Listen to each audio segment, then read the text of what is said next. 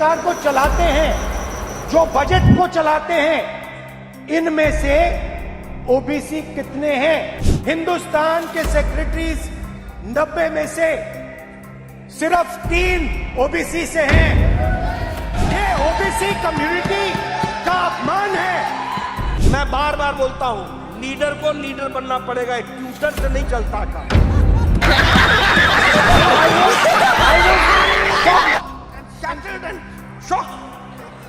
Shattered and shocked। अरे भाई शौक तो लगना ही था, जब पढ़ना ही नहीं पूरा तो शौक ही लगेगा और क्या। ये जो लिस्ट है, ये ओबीसी समाज का अपमान है। आप ओबीसी की बात करें, जो एक बार नहीं अनेकों बार ओबीसी को गाली दे और एक बार नहीं अनेकों बार बोले मैं नहीं माफी मांगू। देख रहा हूं कि चर्चा चल रही है कि ओबीसी का ध्यान नहीं रखा गया, ओबीसी की चिंता नहीं की गई, ओबीसी के बारे में कुछ सोचा नहीं गया। ठीक है, राजनीति में इस तरीके के वक्तव्य चलते हैं और वक्तव्य चलते चलते यहां तक पहुंच गया कि 70 सेक्रेटरी में 3 ही शायद ओबीसी।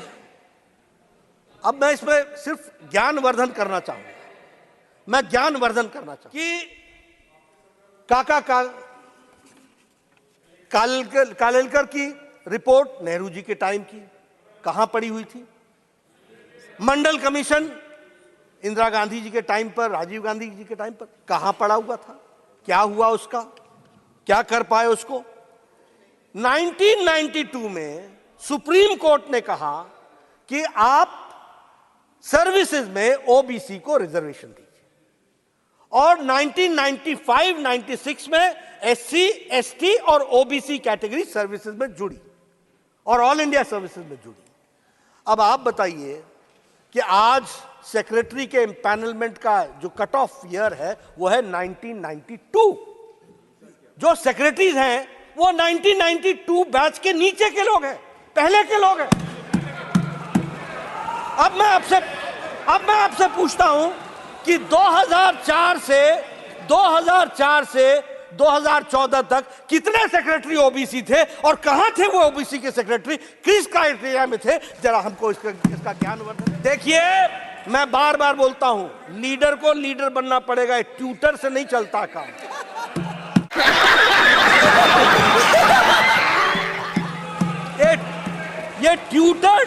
ये ट्यूटर्ड स्टेटमेंट से नहीं चलता है काम, और वह भी ट्यूटर अगर कोई लीडर हो तो भी समझ में आता है। ये एनजीओ को लेकर के आ जाते हो, जिन एनजीओ को जिनको आता न पता न सता, कोई चीज जानकारी नहीं, वो आपको समझाते हैं और आप बोल करके सोचो I was shocked and shattered and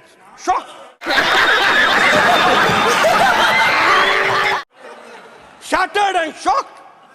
अरे भाई शौक तो लगना ही था, जब पढ़ना ही नहीं पूरा तो शौक ही लगेगा और क्या होगा। ये परिस्थिति आकर के खड़ी होती है। लेकिन मैं यहां ये बताना चाहूंगा, ओबीसी की बात करते हैं, भारत को पहला ओबीसी प्रधानमंत्री भारतीय जनता पार्टी एनडीए ने दिया, यह भी हमको ध्यान रखना। ये ओबीसी की बात करते हैं, मैं कांग्रेस की बात कर रहा हूं। कांग्रेस और भैया मैं कांग्रेस की बात, कांग्रेस दूसरा आज 27 मंत्री ओबीसी के हैं, 27 मंत्री, और हमारे एमपीज।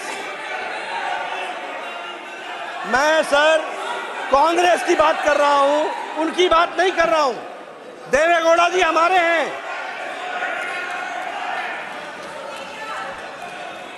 ओबीसी, मैं कांग्रेस की बात कर रहा हूं।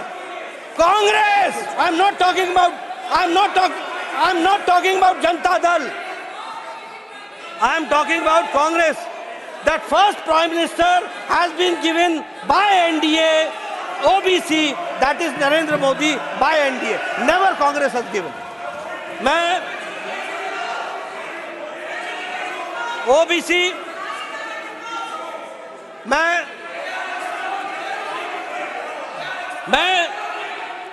आउट ऑफ 303 बीजेपी के एमपी हैं, 303 में 85 यानी 29% हमारे एमपी ओबीसी के हैं। यह भी हमको ध्यान में रखना चाहिए। उसी तरीके से 1358 एमएलए में 27% ओबीसी के हैं, 27%।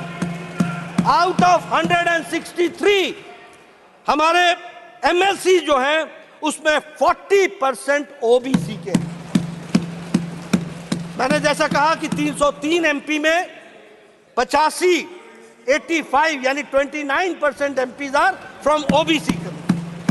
Out of 1,358 MLAs, we have 27% OBC.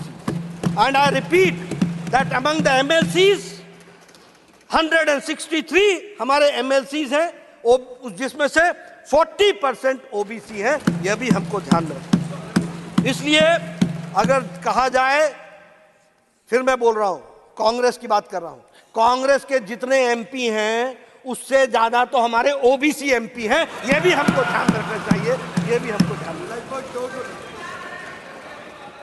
इसलिए ये और देखिए मैं सिर्फ लोकसभा की बात कर रहा हूं।